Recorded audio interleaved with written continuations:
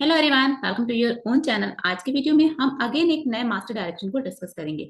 देखिए, उस particular master direction के भी मैंने एरियाज, सर्कुलर का टाइटल, एप्लीकेबिलिटी एंड की पॉइंट सारी चीजों को डिटेल में निकाल के रखा है। साथ ही साथ इससे रिलेटेड कुछ क्वेश्चंस भी बना के रखे हैं जो कि आपके बैंकिंग और वेरियस फाइनेंशियल सेक्टर से रिलेटेड जितने भी एग्जाम्स होते हैं उन एग्जाम्स के पॉइंट ऑफ व्यू से इंपॉर्टेंट होगा। तो मेरे वीडियो में लास्ट तक बने रहिए और इस पर्टिकुलर मास्टर डायरेक्शन के कॉन्सेप्ट को प्रॉपरली आप क्लियर कर लीजिए। देखिए, मास्टर डायरेक्शन बहुत बड़ा होता है। चलिए मैं आपको आरबीआई की वेबसाइट पे लेके चलती हूँ, चीजों को थोड़ा एलिबरेट करके बताती हूँ कि किस तरीके से हम मास्टर डायरेक्शन की चीजों को अंडरस्टैंड करें, समझें और समझ के पढ़ें। तो फटाफट से हम अपने आरबीआई की वेबसाइट पे चलते हैं इस कॉन्सेप्ट को क्लियर करने के लिए। देखिए फ्रेंड्स, ये हमारी आरबीआई की वेबसाइट है। नोटिफिकेशन पे हम क्लिक करेंगे तो नोटिफिकेशन पे क्लिक करते ही नोटिफिकेशन के नीचे हमारा मास्टर डायरेक्शन, मास्टर सर्कुलर दोनों आ जाता है। हमने मास्टर डायरेक्शन को स्टार्ट किया था और मैं आज एक कह सकते हैं कि 2025 का जो सबसे इंपॉर्टेंट और सबसे लास्ट मास्टर डायरेक्शन है, आज की वीडियो में मैं उसी को डिस्कस करूंगी। मैंने लास्ट जो डायरेक्शन डिस्कस किया था वो हमारा जून 16 का था। जून 16 के डायरेक्शन को अगर आपने अभी तक नहीं देखा है तो एक बार जाकर देख लीजिए। आज का जो मेरा डायरेक्शन होगा वो बेसिकली हमारा फोकस करेगा हमारे 2025 के जो एक इम्पॉर्टेंट एस्पेक्ट, आप कह सकते हैं एक इम्पॉर्टेंट चीज को, उसी को हम प्रॉपरली कवर करेंगे। उसके सारे की पॉइंट्स, सारे की एलिमेंट्स और क्या क्या इंपॉर्टेंट क्वेश्चन उससे बन सकते हैं, उन सारी चीजों को हम डिस्कस करेंगे। आज का हमारा जो मास्टर डायरेक्शन होगा वो अप्रैल 2022 का होगा। ये पर्टिकुलर मास्टर डायरेक्शन हमारा फॉरेन एक्सचेंज मैनेजमेंट से रिलेटेड है। ये मास्टर डायरेक्शन हमारा रह गया था, इसको भी हम डिस्कस कर लेते हैं। उसके बाद हम मास्टर सर्कुलर पे आते हैं। देखिए, ये मास्टर डायरेक्शन है, ये ऑब्वियसली इतना बड़ा डायरेक्शन है और चीजों को अगर हमको प्रॉपरली समझना होगा, खास तौर पे अगर हमको एग्जाम के पॉइंट ऑफ व्यू से इन सारी चीजों को एनालाइज करना होगा, तो ऑब्वियसली सारी चीजों को पढ़ना, समझना, लर्न करना थोड़ा टफ है और याद करना मुश्किल है। इन्हीं सब चीजों को ध्यान में रखते हुए मैंने की पॉइंट्स बनाए हुए हैं जो कि आप लोगों को बहुत ही ज्यादा हेल्पफुल होंगे इन सारी चीजों के एग्जाम्स में। तो इसलिए चलिए हम फटाफट से उन सारे की पॉइंट्स के साथ ही साथ रिलेटेड वीडियोस को देखते हैं, ताकि इतना प्रॉपरली मास्टर डायरेक्शन को आपको पढ़ने की जरूरत ना पड़े और उन की पॉइंट से आप सारे अपने डाउट्स को क्लियर कर सकें। चलिए फटाफट से हम अपने की पॉइंट्स और इंपॉर्टेंट क्वेश्चंस पे चलते हैं। देखिए फ्रेंड्स, ये मैंने की बना रखी है। इस की के थ्रू आप बहुत इजीली इस पूरे डायरेक्शन को याद रख सकते हैं और इस पूरे डायरेक्शन के कॉन्सेप्ट को समझ सकते हैं। देखिए, एरिया किससे रिलेटेड है? एरिया फेमा से रिलेटेड है, कंपाउंडिंग ऑफ कंजर्वेशन से रिलेटेड है। ठीक है, तो आपको ये समझना होगा कि एरिया हमारा क्या है, कंपाउंडिंग ऑफ कंट्रावेंशन है और फेमा से रिलेटेड बेसिकली इस सर्कुलर को, सॉरी, इस डायरेक्शन को बनाया गया है। अब देखिए, इंपॉर्टेंट चीज ये डायरेक्शन में क्या है, हमारी इंपॉर्टेंट चीज है कि सबसे पहले हमको इसका डेट याद रखना चाहिए। तो डेट बेसिकली ये कब का आया था? तो डेट है हमारा इस पर्टिकुलर डायरेक्शन के इशू होने का अप्रैल 24। इसकी एप्लीकेबिलिटी किस में है? तो एप्लीकेबिलिटी है all authorise dealers category 1 bank and authorise bank. देखिए, बेसिकली ये फाइनेंशियल सेक्टर से रिलेटेड है और फाइनेंशियल सेक्टर के लिए इंपॉर्टेंट भी है क्योंकि इसमें ऑल ऑथोराइज डीलर, साथ ही साथ बैंक और ऑथोराइज बैंक सभी के लिए एप्लीकेबल है। मतलब सब इसको सबको इस डायरेक्शन को कंसिडर करना होगा। अब इसकी की पॉइंट्स की अगर हम बात करें तो की पॉइंट्स क्या है? इसकी की पॉइंट्स है compounding under section 15 of FEMA. FEMA के किस सेक्शन में कंपाउंडिंग है? तो ये फेमा के 15 सेक्शन में कंपाउंडिंग है। देखिए, ये छोटी छोटी चीजें होती है ना जो कई बार हम कंसिडर नहीं करते हैं, कई बार हम इसको ध्यान नहीं देते, बस ये सारी चीजें हमारे लिए इंपॉर्टेंट हो जाती है।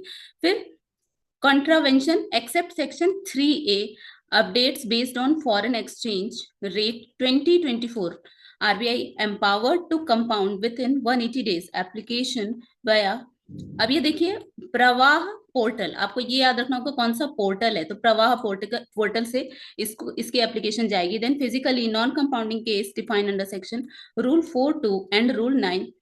फी कितनी है? फी है इसकी 10,000 plus 18% GST. Specific computation matrix for penalty, penalty के लिए भी स्पेसिफिक कंप्यूटेशन की मैट्रिक्स है। Then case of serious valuation like money laundering to be referred to DOE. Then next की पॉइंट क्या है इसका? Compounding not allowed for repeat contravention within 3 years। मतलब कंपाउंडिंग 3 years के अंदर अलाउ नहीं होगा। तो ये इसके कुछ की पॉइंट्स है और इसकी एप्लीकेबिलिटी डेट कब की है? अप्रैल 25-22 से ही एप्लीकेबल है। मतलब जिस दिन ये सर्कुलर आया था उसी दिन से ये एप्लीकेबल किया गया है। ठीक है, तो अप्रैल 22 का अपडेट करके अप्रैल 24 में आया था और अप्रैल 24 को ही ये एप्लीकेबल हो गया है। आई होप ये पॉइंट्स आपको क्लियर हो रहे होंगे। चलिए फटाफट से इसके हम क्वेश्चंस देख लेते हैं, कौन से किस किस तरीके के क्वेश्चंस इस पर्टिकुलर हम कह सकते हैं डायरेक्शन से आ सकते हैं, या किस तरीके से ये डायरेक्शन हमको पढ़ना, कंसिडर करना, साथ ही साथ कैसे इनकी पॉइंट्स को हम अपने दिमाग में रख करके आराम से इसको स्टडी कर सकते हैं। तो देखिए, मेरे अकॉर्डिंगली पहला क्वेश्चन क्या बन सकता है? Under which section of FEMA 1999 does Reserve Bank of India derive the power to compound contravention. तो कौन सा सेक्शन था, हमने सबसे पहला ही की पॉइंट देखा था, सेक्शन 15 था। तो होप आपको ये समझ आ रहा होगा कि इसमें किस पॉइंट को मैंने कंसिडर किया और क्यों मैंने सेक्शंस वहां पे कंसिडर किए थे, लिखे थे। नेक्स्ट जो हमारा इंपॉर्टेंट क्वेश्चन इससे अराइज हो सकता है, which of the following contravention is not compoundable. अब आपको मैंने ये भी बताया था कि कौन सा कंपाउंडेबल नहीं होगा, violation of section 3A of FEMA, ये जो है कंपाउंडेबल नहीं होगा। तो ये भी हमने देखा था। तो आपको ये बस याद रखना है कि किससे रिलेटेड था और क्या वायलेशन नहीं हो सकता, किस चीज को अलाउ नहीं कर सकते, किस चीज को अलाउ कर सकते। Just you have to go through all these things only. तो यहाँ देखिए ये भी हमने अपने की पॉइंट्स में कंसिडर किया था। नेक्स्ट जो इंपॉर्टेंट क्वेश्चन इससे बन सकता है वो ये हो सकता है कि what is the application fees. Application fees कितनी थी, तो एप्लीकेशन फीस हमने क्या देखी थी, 10,000 प्लस जीएसटी, 18% का जीएसटी। ये भी हमने अपने की पॉइंट में लिखा होता है। देखिए सी ऑप्शन हमको दिख रहा है, 10,000 प्लस जो भी हमारा एप्लीकेशन फीस का जीएसटी चार्ज होगा वो। चलिए अब नेक्स्ट क्वेश्चन देखते हैं। नेक्स्ट क्वेश्चन है what is the current applicable rate of GST. तो ये भी हमने उसी में कंसिडर किया था, रेट ऑफ जीएसटी कितना होगा, 18% का होगा। तुमको बी ऑप्शन यहाँ पे दिख रहा है। इस तरीके से चीजें सब आपको क्लियरली दिख रही होंगी बट क्या होगा कि अगर आप ये की पॉइंट्स को ध्यान में रखेंगे तो जस्ट आपको तुरंत स्ट्राइक करेगा कि यस ये हमने किधर भी पढ़ा है। तो आप ऑब्वियसली उसको टिक कर सकते हैं। Within how many days must the Reserve Bank passes the compounding order from the date of receipt of the complete application. तो 180 डेज ये भी हमने पढ़ा था।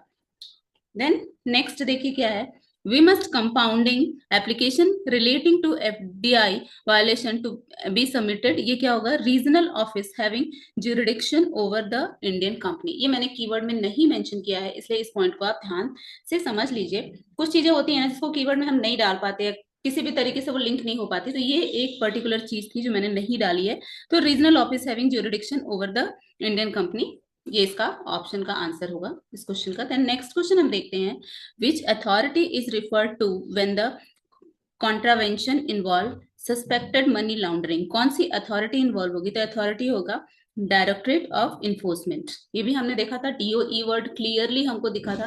तो जस्ट आपको ना ये कीवर्ड्स को ही ध्यान में रखना है, कीवर्ड्स को डेली डेली एक बार आप टर्न करते रहिए। आप चाहेंगे तो मैं सारे कीवर्ड्स एक जगह भी बना के दूंगी।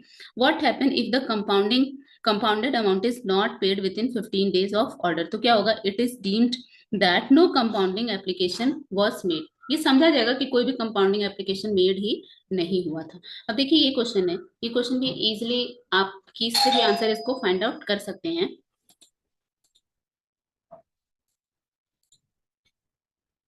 देखिए नेक्स्ट क्वेश्चन हमारा है, which platform is available for online submission of compounding application. तो हमने ये भी देखा था, कौन सा पोर्टल अवेलेबल है, पोर्टल इज प्रवाह। तो ये भी हमारे कीवर्ड में क्वेश्चन था। नेक्स्ट हमारा देखिए क्या है, the compounding amount shall not exceed how much of the sum involve in the contravention. तो कितना है, आंसर इज 300%। 300% से ज्यादा नहीं है, ये भी मैंने कीवर्ड में मेंशन किया है। If the same type of contravention was compounded with in 3 years what happen. 3 year में हो जाएगा तो it is not eligible for compounding. 3 year में अगर हो जाता है तो एलिजिबल नहीं होगा, ये भी मैंने कीवर्ड में मेंशन किया है। देन नेक्स्ट है, which of the following is not relevant factor in determining the compounding amount. कौन नहीं है रेलेवेंट फैक्टर कंपाउंडिंग अमाउंट को डिटरमाइन करने की, तो एप्लीकेंट्स सोशल मीडिया प्रेजेंस। अगर एप्लीकेंट का सोशल मीडिया पे प्रेजेंस है तो वो एप्लीकेबल नहीं होगा। देन नेक्स्ट क्वेश्चन है, who science the compounding order on behalf of the RBI.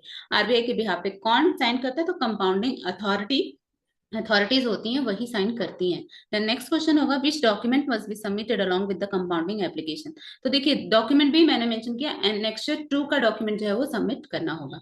Then next एक और क्वेश्चन बन सकता है, what is the penalty percentage of non reporting contravention beyond 5 years। तो पेनाल्टी परसेंट होगा 0.75%। तो आई होप आपको ये समझ आ रहा होगा कि किस तरीके से आपको ये पर्टिकुलर डायरेक्शन को कंसिडर करना है। मेरा सजेशन यही रहेगा कि आप बेसिकली ये जो कीवर्ड्स होते हैं ना, इन कीवर्ड्स को एक बार माइंड में रखिए, साथ ही साथ कोशिश करिए कि इन कीवर्ड्स को आप एटलीस्ट डेली नहीं देख सकते, हफ्ते में 2 दिन 3 दिन, अगर हफ्ते में आप एक दिन भी गो थ्रू होते हैं ना इन कीवर्ड से, इनके टर्म्स से, तो बेसिकली आप बहुत इजीली सारे क्वेश्चंस को आंसर कर पाएंगे। क्योंकि कीवर्ड्स में देखिए सभी आंसर्स होते हैं। ये देखिए ये भी हमारा एक आंसर था, साथ ही साथ देखिए बेसिकली क्या है ना कि अपने को बहुत ज्यादा लर्न करने की रटने की जरूरत नहीं होती है ना, तो हमें इस तरीके का बहुत डिटेल में जाके क्वेश्चन आते हैं। क्वेश्चन सिर्फ आपको डायरेक्ट आते हैं, लेकिन क्या होता है ना कि अगर हमने उसके बारे में बिल्कुल नहीं समझा, बिल्कुल नहीं पढ़ा, तो हम उन क्वेश्चन को आंसर नहीं कर पाते हैं। इसलिए मेरा सजेशन रहेगा कि आप इन कीवर्ड्स को ध्यान से देखते रहिए, और साथ ही साथ जो भी इंपॉर्टेंट चीजें आपको है ना, वो सारी इंपॉर्टेंट चीजों को अंडरलाइन करते रहिए। जस्ट एक बार गो थ्रू होना ही कीवर्ड को बहुत ज्यादा इंपॉर्टेंट है। आई होप ये वीडियो आपके लिए बहुत इंपॉर्टेंट होगी।